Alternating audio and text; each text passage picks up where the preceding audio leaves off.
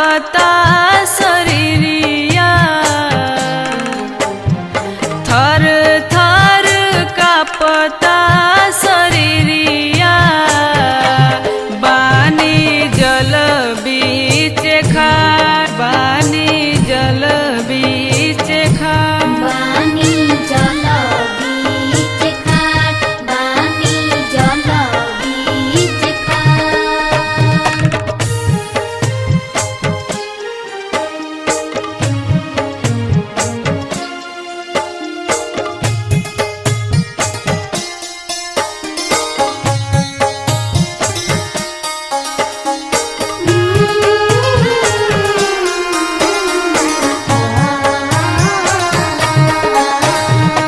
उगी है सूरज देव के रावा के पाते, और जीतए तने रउआ से बाटे।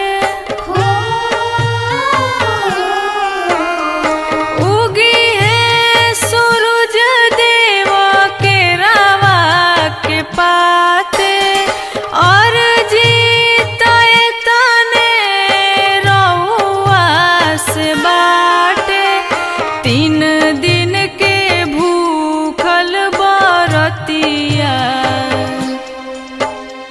3 दिन के भूखल बरतिया, बानी जल बीच खाड़, बानी जल बीच खाड़।